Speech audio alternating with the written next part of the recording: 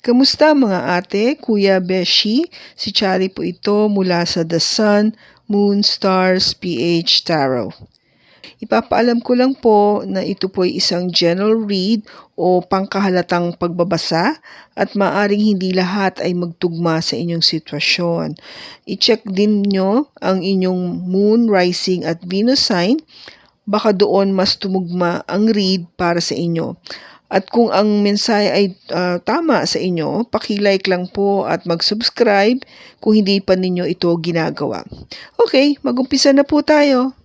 Hello po mga ate, kuya, beshis. Kamusta na po kayo? Andito ulit ako si Shari para gumawa na another reading, and this is for the sign of Libra, Sun, Moon, Rising, and Venus. And of course, welcome po yung mga cross-watchers ni Libra at yung mga bago po nating mga viewers.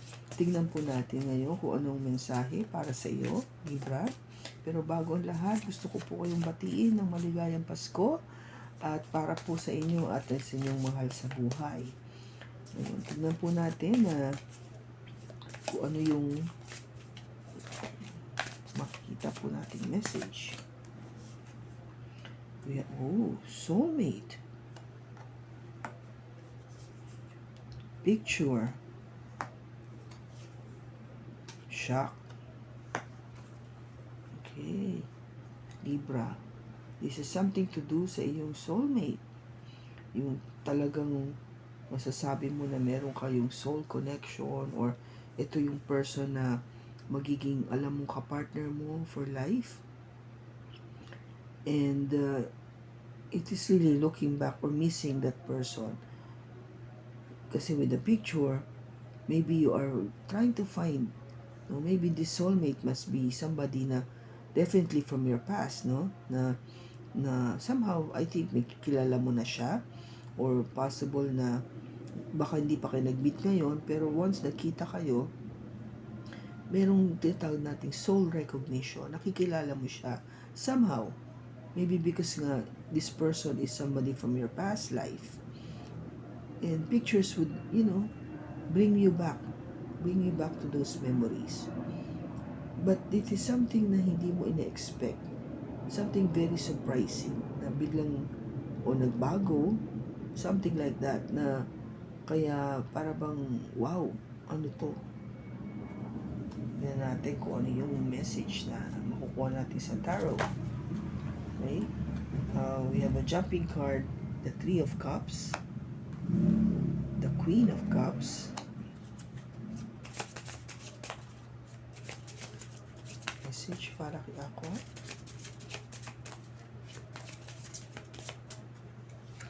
We have Judgment,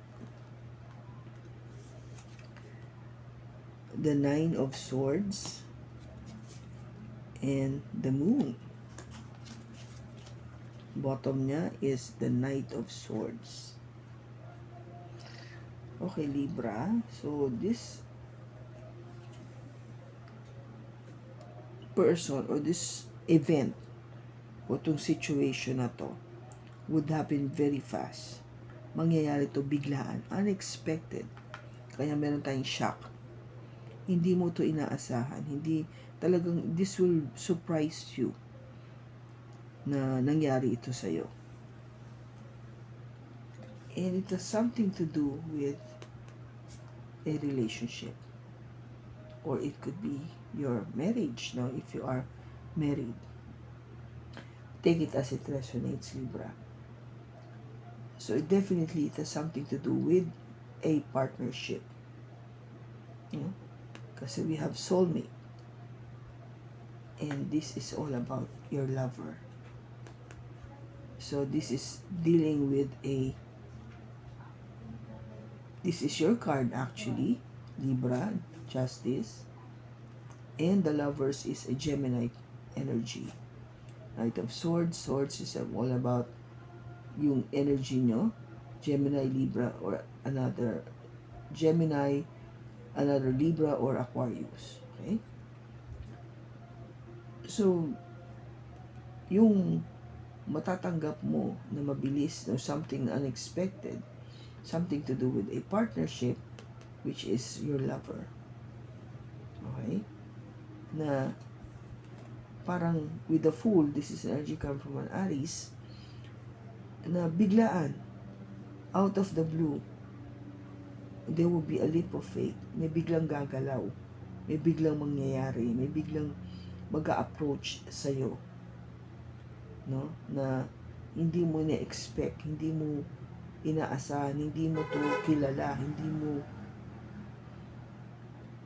hindi mo siya iniisip, or hindi mo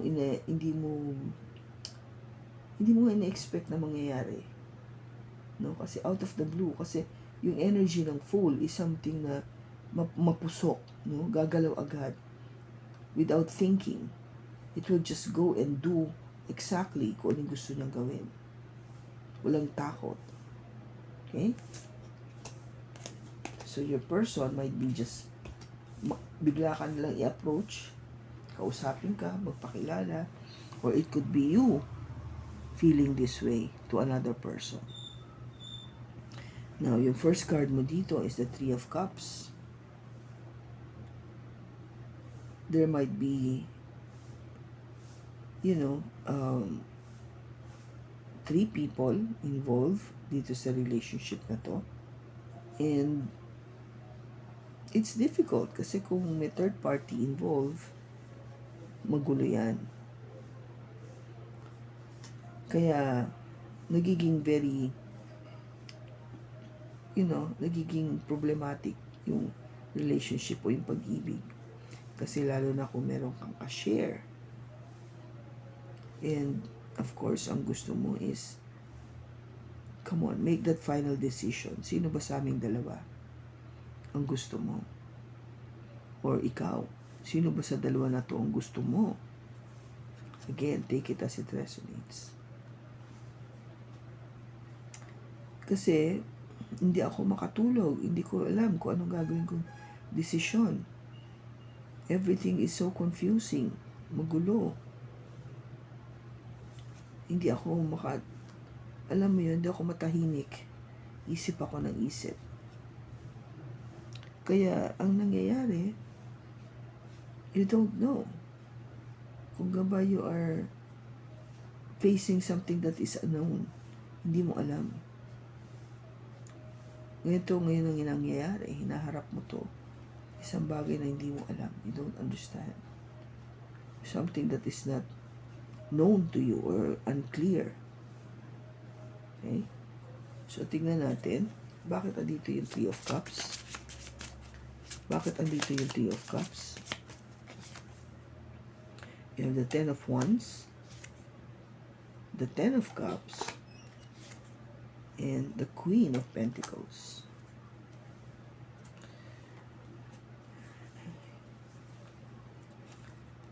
Yung relationship, with the Three of Cups, sabi ko there might be a third party involved. Kaya nga, nagiging burden na sa'yo. Pabigat na siya. Mabigat sa damdamin. Mahirap talaga yung may kahati. Meron kang, kung gabay ka, kompetisyon sa love and attention ng person mo. Kasi, yung nararapat na para sa'yo 100%, wala na. 50 na lang, kalahati na lang. O baka hindi pa nga pantay yung ratio. Baka 70-30 o 80-20. Depende dun sa katapat mo. But definitely naapektuhan yung kaligayahan. And yung Queen of Pentacles, you might be dealing with a earth sign, Taurus, Virgo, or Capricorn, na akala mo you will feel stable and secure. Kasi this person, it gives out that impression of loyalty. It's very important. But you don't know kung, baka meron nga din siyang ginagawang iba. Na may gusto siyang iba. Okay? Now, bakit andito yung Queen of Cups? Bakit andito yung Queen of Cups? We have the Seven of Pentacles, the Seven of Wands, and the Four of Swords.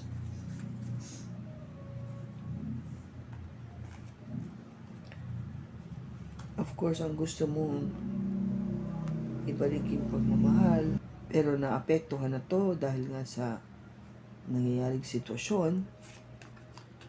Kasi nga, alam mo naman kung gaano katagal ka nagpundar dito, gaano katagal mo na siyang, kung ba, in a relationship. You have put so much time and effort and love and attention dito sa relationship na to. To a point na you're very defensive na, no? Pinoprotektahan mo talaga yung relationship, yung puso mo, para dito sa person na to. And the way to do that is, of course, tumahimik muna ako. Just to be quiet and be on my own. Think about things, kung ano na ba talaga yung next move, ano na ba dapat gawin. Kasi kahit pa paano, binibigyan mo naman ng halaga yung pagkakaroon ng relationship with this person. Kasi nga, marami ng panahon, oras, ang naibigay mo dito sa tao na to. So, it might be worth something, di ba? Kasi hindi ka tatagal kung hindi naman worthy yan. Now, bakit andito yung judgment?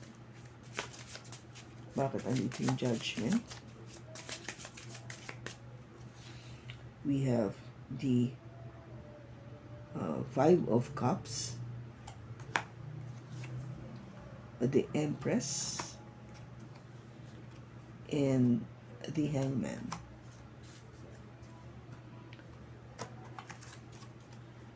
Gusto mo na magkaroon ng judgment, decision, what to do, ano nang final natin, maghihiwalay na ba tayo o bibigyan pa natin ng pangalawang pagkakataon ito? And that is your question. Kasi ayaw mo magkaroon ng regrets. Ayaw mo magkaroon ng regrets na baka magkamali ka ng desisyon, then eventually ma-realize mo na gusto mo pa rin siya in spite of what happened. Yun yung trying to check with yourself kung yung desisyon na gagawin mo ba hindi mo panghihinayangan. But the fact that you stood your ground, talagang ito na, matindi yung aking desisyon na oo, iintindihin ko muna yung sarili ko that I have this certain standard within me na dapat ma-maintain ko yun kasi yun yung nararapat for me. And the way I have seen things clearly on my head na sa mga nagawa mo, ito lang yung dapat isipin ko ngayon na magdesisyon what is good for me. Okay? With the Hangman, alam ko pinag-aralan ko lahat ng bawat anggulo. That's why I am not making any move before, but now I wanted to express myself na talagang this is what I have decided. The reason that we have pictures here, Libra, is for you to look back. Yun nga, reassess everything. Kasi matagal ng panahon ang ginugol mo rito sa relationship na to. Taon, no? Years. Hindi lang days, months, years. And sabi ko nga, it would mean something. Hindi ka tatagal lang gano'n kung walang halaga to sa'yo. Kaya you're looking back and trying to reassess everything. Kaya when you are to a point na andun na, making that final decision, iisipin mo yon, iisipin mo rin yung sarili mo. Ano bang nararapat para sa akin? Now, bakit andito yung Nine of Swords? Bakit andito yung Nine of Swords?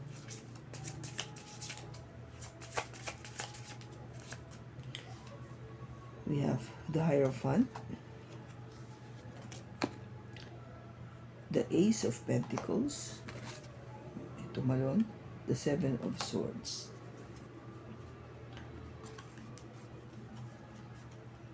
Hindi ka makatulog, ang daming nasa iyong isipan kasi iniisip mo yung iyong relationship, iniisip mo yung marriage, if you are married, iniisip mo syempre yung pamilya, paano yung mga bata, iniisip mo kung paano ako panibago mag-uumpisa. How would I start all over again with the Ace of Pentacles?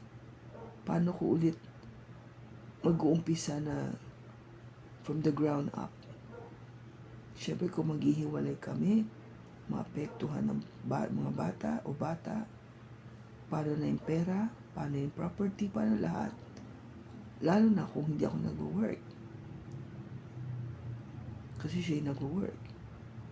Siya yung nagpo-provide ng finances. Paano ko maumpisahan to lahat?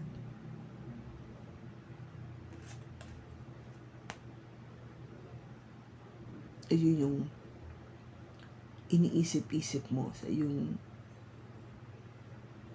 hindi pagtulog ng mahimbing sa gabi. Paano ko kakayanin lahat ng dadaan sa buhay ko?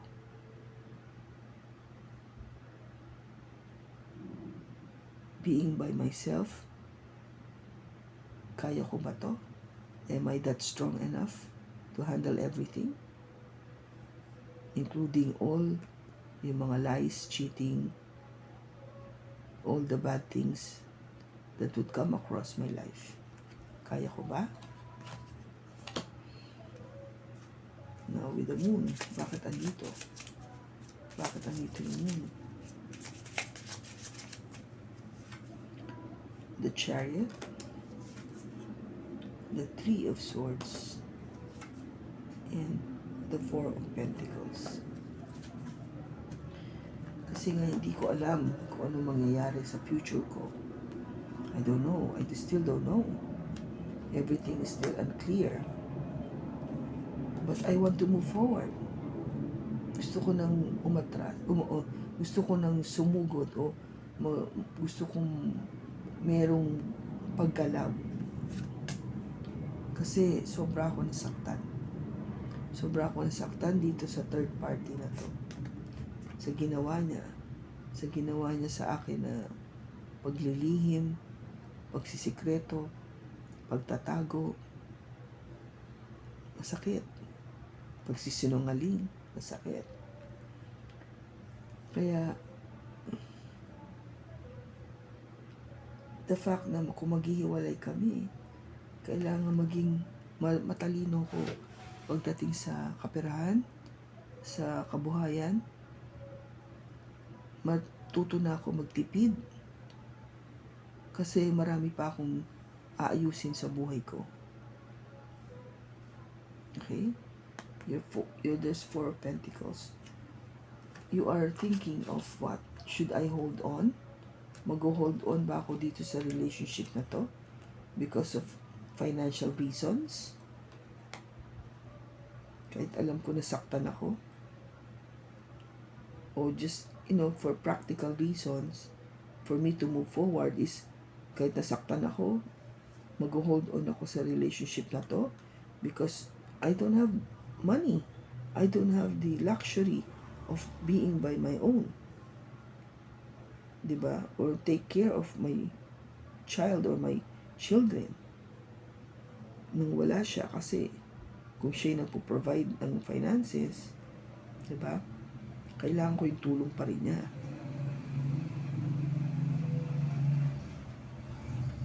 Kasi hindi ko ito maumpisan kaagad-agad.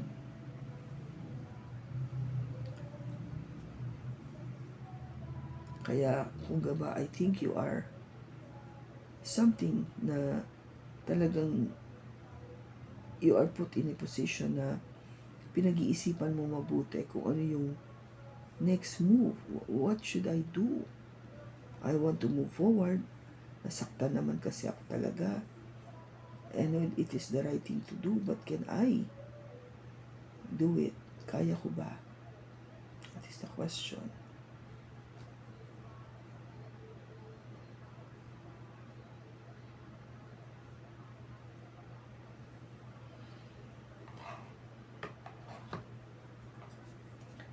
Kaya ba ni Libra to move forward. Kahit wala yung person na to.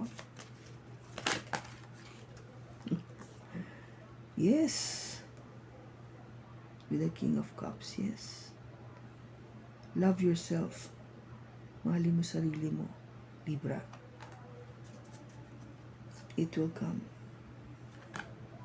Meron pa dito, another card that flip I didn't see. This is the Fool. Parang sinasabi sa iyo na, well, actually, dalawa pa nga yung card. Let me just hold. Dikit kasi. If you act like a fool, things are not really so stable.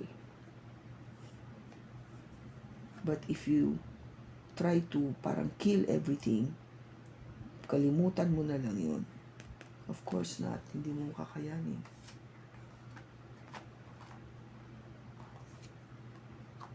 Pero kung talagang gusto mong gawin, yes, you can do it. Kayang-kaya mo. Mahalin mo lang yung sarili mo. Huwag kang padaos-daos. Don't be so, ano ba yun, yung mapusok. Biglaan na lang. Huwag ganun. Kailangan magplano ka kung anong gagawin mo. Huwag mo ring i-deadma lang yung nangyari. Kasi masakit yun eh. May sinasabi yun sa'yo na hindi, you should not take this sitting down. No. This needs change. Kailangan ng pagbabago sa'yo, sa relationship.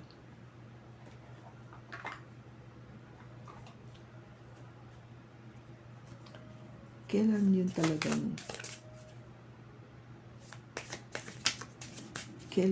talagang makakatayo na siya ng sapat sa sarili niya. Ito si Libra. Kailan yun? Yung talagang komportable na siya na naayos niya na yung buhay niya. Ooh. It says here, within a couple of days. I think this is what God is saying na you will make up your mind. Within a couple of days, aayusin mo na yung decision mo, yung pag-iisip mo, yung plano mo, ilalatag mo na. You will start being serious about it and do what is necessary that is needed sa situation mo. Ganun yung gagawin mo. So, kung ba parang kailangan kasi siguro at this time, wala ka pang desisyon, you still don't know what to do. But it says here na within a couple of days, you will make that final decision. Diba may judgment tayo dito? You will make that final decision. Okay? I hope na nakatulong ito sa iyo, Libra. Maraming salamat sa pagsama mo sa akin sa pagbasa na to. Sa susunod muli, ingat ka. God bless and of course, Merry Christmas.